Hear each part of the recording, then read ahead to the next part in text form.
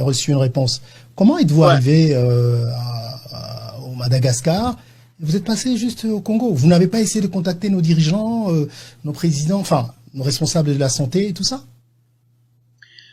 Marius, lorsque nous avions fini à écrire le protocole, parce que je devais d'abord soumettre ces projets quand je l'avais écrit, j'étais en train de solliciter 4 millions d'euros de financement ici en France. C'est comme ça qu'on avait écrit ces protocoles, d'abord. Et après, nous sommes dit, il faut qu'on les propose au président ou au ministre. On ne visait pas de président. On visait le ministre des Santé. Le premier ministre qui a été, plutôt, pas le premier ministre, mais je veux dire. Le premier ministre des Santé. Ouais. Voilà, merci. Le premier ministre des Santé qui a été contacté, c'était mon ministre, en fait, que je connais bien. Nous nous sommes rencontrés. Le ministre de la RDC? De la RDC. Nous nous sommes rencontrés dans une grande conférence internationale à Lyon qui a été organisée par le président Macron du Fonds mondial. C'est là où je l'ai rencontré. Parce que là, une fois de plus, je suis parti présenter. Je suis invité dans toutes les conférences aujourd'hui mondiales, là où on parle de malaria. Je dois être là. Qu'il soit où je dois être là. C'est là où j'ai rencontré le ministre. Bon, il n'était pas en fonction quand j'étais arrêté à Kinshasa. Il avait déjà entendu peut-être parler du produit et nous nous sommes rencontrés, nous avons discuté. Je lui ai présenté d'abord le projet qui restait côté malaria et surtout montrer l'importance, comment est-ce qu'on pouvait lutter, on pouvait réduire les prévalences de la malaria en Afrique et en RDC. D'ailleurs, la RDC, c'est le deuxième poids en Afrique sur le choix, sur la malaria. Je propose le protocole, premièrement. Justement, je vais pas entrer beaucoup plus en détail. Premièrement, c'était mon pays. J'envoie. Et Lucille, la dame, parce qu'elle me connaît, j'ai l'amour exagéré pour mon pays. La dame qui a fait elle avait sur France 24, sur Jeune Afrique. Elle me dit, Jérôme, qu'est-ce que t'en fais? Je dis, Jean, je propose d'abord à la RDC, puis je vais voir. Et puis je te reviens. Parce que je savais que j'ai un contact un peu en RDC avec le ministre. J'étais fier. Je me disais, ouais, c'est d'abord mon pays qui va répondre le premier. Et on a envoyé au ministre. Aucune réponse, Marius. Aucune réponse. Après, je me suis pas découragé.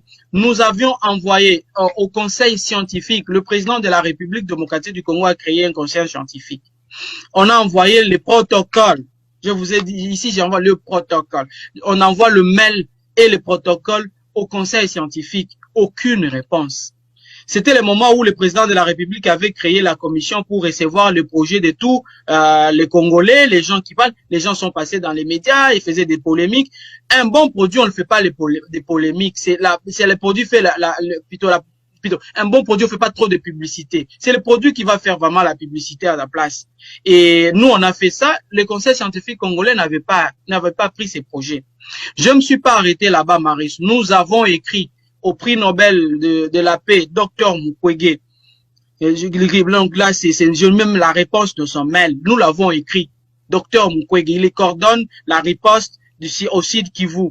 Il nous a répondu, la réponse de Dr Mukwege. Il nous a répondu, oui, c'est un très bon protocole, ça peut nous aider parce que nous avons beaucoup de problèmes. Mais je vous confie, je vous envoie à la commission scientifique dirigée par un professeur à Bukavu.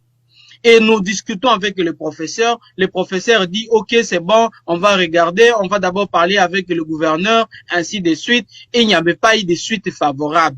Et on était fatigué, on a dit, ok, c'est bon. J'ai créé un groupe maintenant des chercheurs africains que je connaissais parce que j'avais lancé ce qu'on appelle le manifeste du monde médical africain.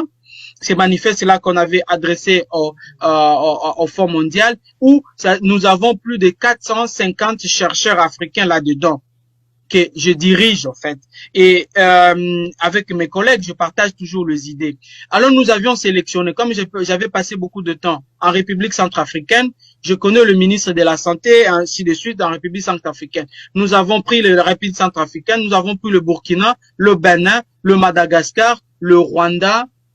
Oui, c'était les 5 pays qui ont suivi après.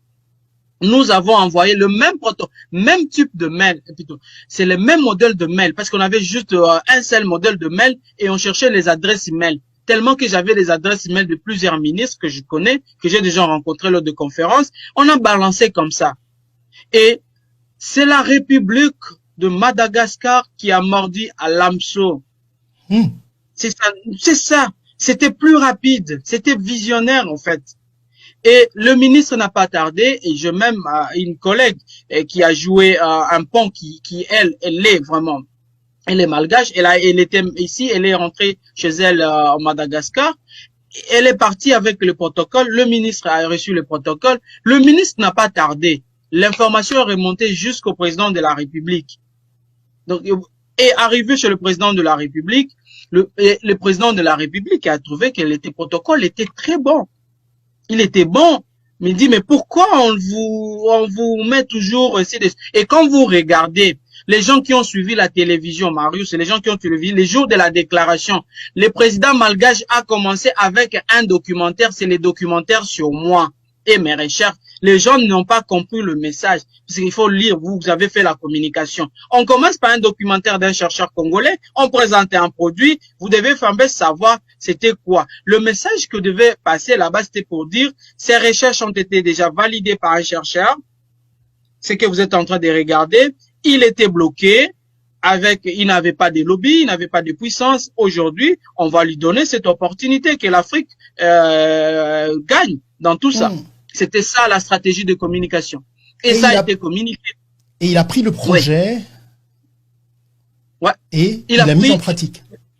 Exactement. Nous avons dit, Monsieur le Président, vous voulez soigner votre population, voilà la solution la plus simple possible. Et cette solution, elle peut résoudre soit en prévention, soit en curatif.